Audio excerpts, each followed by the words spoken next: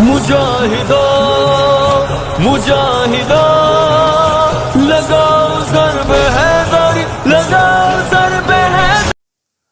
بسم اللہ الرحمن الرحیم۔ ناظرین، بہت سارے لوگ صحابہ اکرام کے عنوان پر بحث کرتے ہیں اور ہمارے لوگ بھی ان کے ساتھ بحث میں شروع ہو جاتے ہیں۔ دیکھیں، اصول سمجھیے، ہر کسی کو ایک جیسا جواب نہیں دیا جاتا، ہر کسی کے ساتھ ایک جیسا بحث نہیں کیا جاتا، اور جب کوئی سائل سوال کرے تو اس کی لوکیشن کو دیکھا جاتا ہے، اس کی کیفیت کو دیکھا جاتا ہے، اس کی حالت کو دیکھا جاتا ہے، اسی طرح اس کو جواب دیا جاتا ہے۔ مثلاً ایک آدمی دفتر میں بیٹھ کر کہتا ہے پانی دو، اس کو پانی آپ کس چیز میں دو گے؟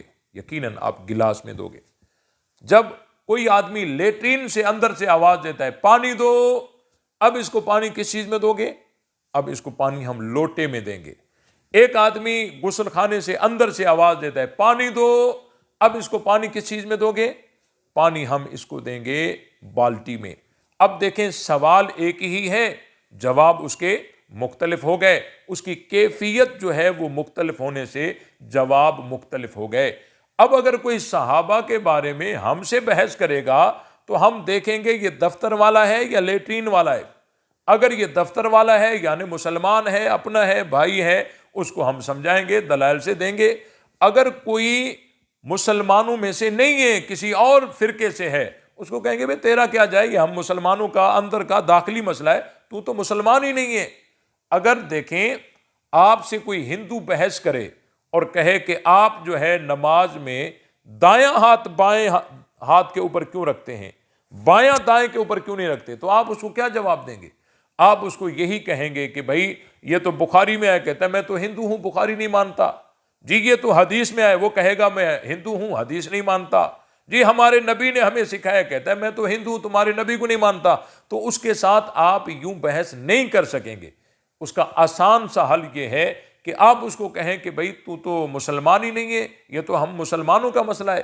بھائی دو آدمی ٹرین میں جا رہے تھے، سیٹ میں ایک سیٹ پر لڑ پڑے، ایک نے کہا یہ سیٹ میری ہے، دوسرے نے کہا یہ سیٹ میری ہے، آپس میں لڑ پڑے، اختلاف ہوا، لڑائی ہو گئی، تو اتنے میں ٹی ٹی آیا، دونوں سے کہا ٹکٹیں دکھاؤ۔ ایک آدمی نے اپنی جیب سے ٹکٹ نکال کر دکھا دیا کہ یہ میرے پاس ٹکٹ موجود ہے، دوسرے سے کہا تو بھی ٹکٹ دکھا۔ اس نے کہا میرے پاس ٹکٹ تو نہیں ہے لیکن گواہ میرے پاس ہے کہ یہ سیٹ میری ہے، مجھے بتائیے کیا اس کے گواہوں کی گواہی کو سنا جائے گا؟ ہرگز نہیں۔ اس کو کہا جائے گا یہ سیٹ کی بات وہ کرے جس کے پاس ٹکٹ ہو، جس کے پاس ٹکٹ نہیں اس کو سیٹ پر بات کرنے کا حق ہی نہیں ہے۔ یہ سیٹ پر بات وہ کرے جس کے پاس ٹکٹ ہو۔ تو یہ خلافت کا مسئلہ، سفین کا مسئلہ، جمل کا مسئلہ، فدق کا مسئلہ، یہ ہم مسلمانوں کا مسئلہ ہے۔ یہ ہم سے وہ بات کرے جس کے پاس اسلام کا ٹکٹ ہو، جس کے پاس اسلام کا ٹکٹ ہی نہیں اس کو اس عنوان پر بات کرنے کا حق ہی نہیں ہے۔